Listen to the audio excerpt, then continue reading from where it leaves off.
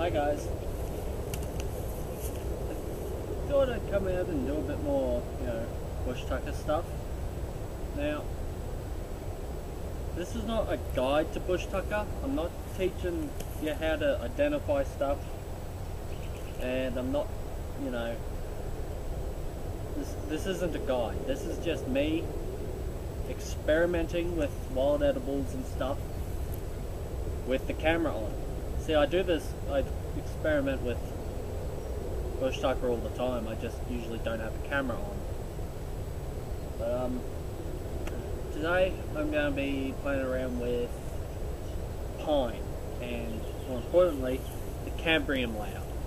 See, between the bark and the actual wood of the tree, there's a thin layer, which is the growing layer, and it's soft, and you can eat it. Now, it's not really that soft, but it's soft enough to eat. It's still chewy, but you can eat it. It's not the best taste, so I've eaten it raw. I'm gonna boil it to get the tannin out. Now, people tell me that all pines are safe to eat. Honestly, I'm curious to know if they've eaten every single pine. I'm very suspicious when people tell me stuff like that. It's just the way I am.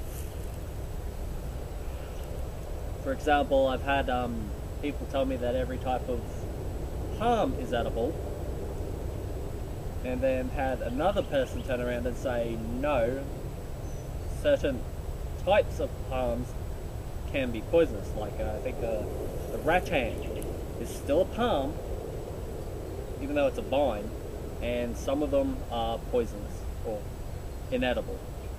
So, when someone says that all pine trees are safe to eat, I'm a bit suspicious. And then again,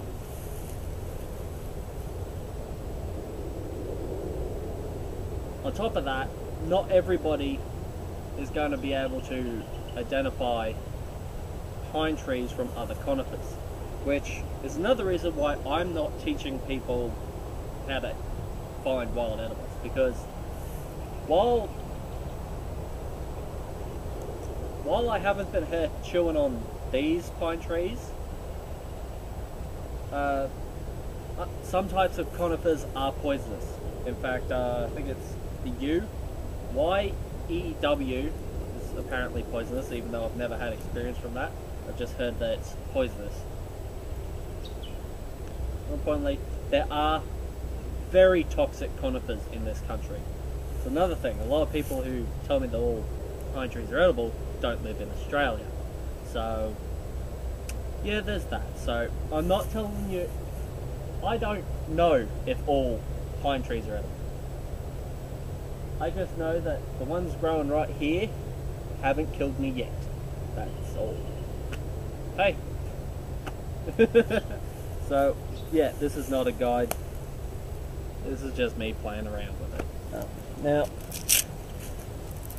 I did look around to try and see if there were any, recently down trees or low-hanging branches I could cut off to do this to.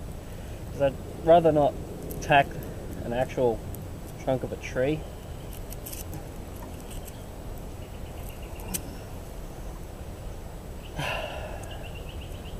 Because you can open the trees up to parasites and stuff by doing this.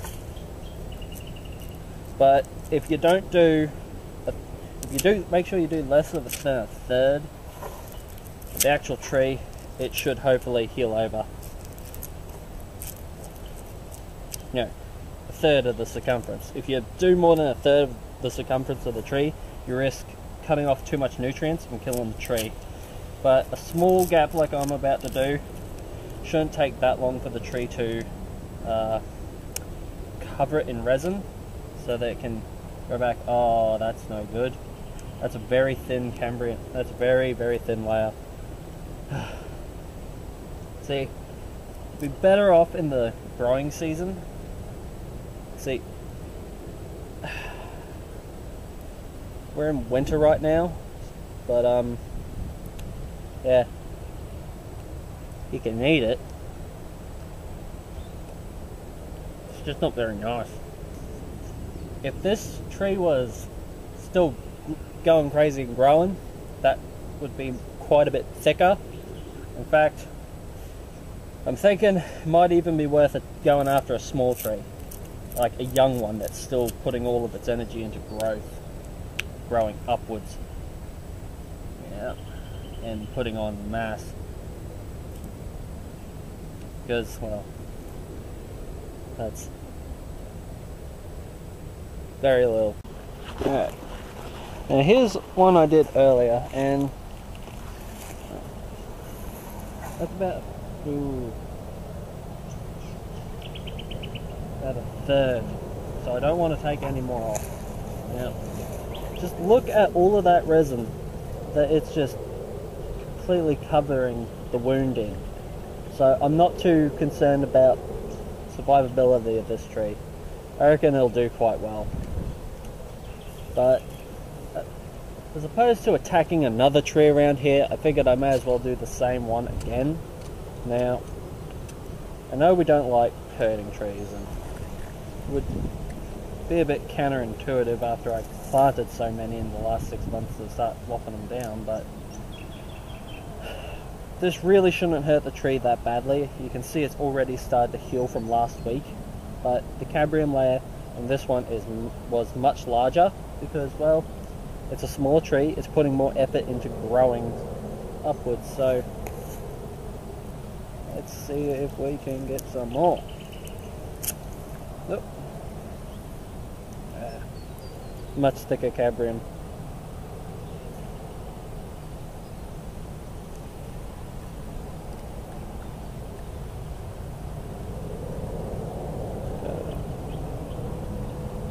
Separate it from the bark is all.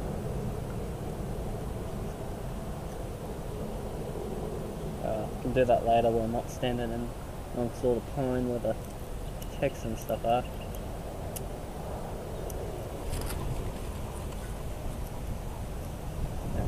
But if I was in a survival situation and I needed the calories, I would chop this whole tree down, take it back to my camp, boil it up and eat it. But yeah, being that bit of an environmentalist, I'm not going to do that. I'm just going to take a little and try not to hurt the tree while I'm doing it. But yeah, it'll probably heal. Now there's a novelty.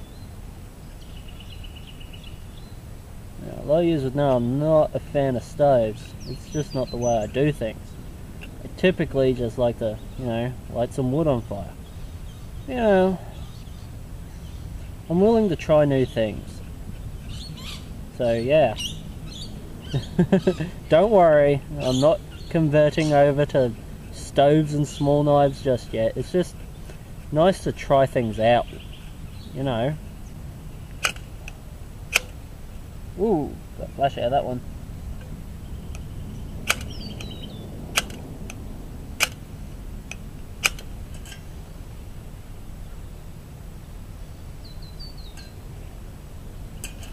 Nope, it doesn't want to work. Oh well. It flashed up for a sec, but then it went out. Oh well. Honestly, I've never used one of these stoves before. But I brought it back up. Yes, this is very unusual for me.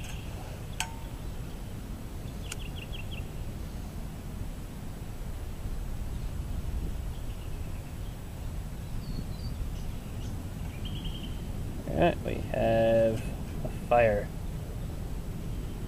Woohoo. Yeah, so no, I'm not converting over to small knives, saws and stoves and stuff. It's just, you know, it's nice to experiment every once in a while. I figured why not go back, try a small knife for a change. You know, honestly, after using this today, I want my big knife back. Yeah, this is just a small stainless steel bucko. very reminiscent of a Mora, and about the same price. Well, I reckon this was $12. Quite not bad. I don't know. I also figured it would be nice to try using a stove for a change. See, most of you know I typically just use fire. Well, just build a fire. I figured why not give something new a try. Oh, I really should have got more. It's not even going to hit the sides. You know, it was a small tree. I didn't want to take too much. I already took quite a bit last week. But, yeah, this is just to see if it changes in flavour. See, it was my first time chewing on it last week. So, whenever I try a new wild edible, I try it in small amounts. See how it agrees with me? I've been told that if you boil it, it leaches the tannins and it's not so bad. So, that's all this is for. I mean, I only just got a few little bits. The first time I ever tried eating this was last weekend, and I didn't eat very much of it, because, well, this is a new wild edible for me. So, hell, technically I don't even know if this is safe to eat, because I've only ever had small amounts. Who knows, maybe it's poisonous in large quantities. Which is another reason why this is not a guide to wild edibles. I'm just playing around. I do this kind of thing a lot, to be honest. You know, playing around with wild edibles and stuff. It's just this time I decided to have the camera on. That's the only difference. This isn't a guide, this is just, you know, me being me, experimenting. Both with, you know, experimenting with using a type of knife I usually wouldn't use, using a stove which I normally wouldn't use, and eating a new wild edible. You know, that's how we progress. We need to learn new things is through experimenting, ain't it? Oh man, now my pocket's full of pine resin. And I was told to do 10-15 minutes of this, but I don't know when I started, so eating pretty much all of it. It tastes so much better now that it's been boiled. All of the horrible tannin taste is gone, and so much easier to chew on it. See, before it had a really strong aniseed flavour, which I don't like, and it's actually kind of nasty. But now the majority of that aniseed flavour is gone. I reckon if I kept boiling it, I'd probably get rid of it altogether. However, it's still really, really chewy, and it's not the easiest thing to swallow, but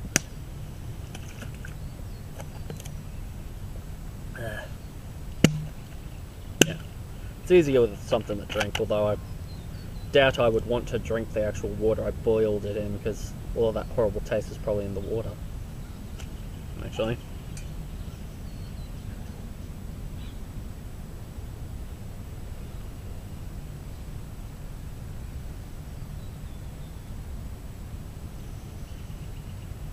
Not so bad.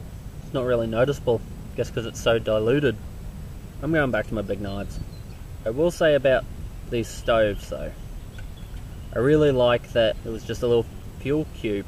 It's burnt up and it's out. And I don't have to, you know, horribly saturate the ground to make sure that it's well and truly out. So I do like that. And it's, you know, really easy and simple to set up, and it doesn't really tie in with the philosophy of the way I like to do things, but I quite like it. I might start using it a bit more, maybe even make some stoves of my own to go with my normal containers, but yeah, you know, that's what all this is about. Go out, experiment, try new things. See yous.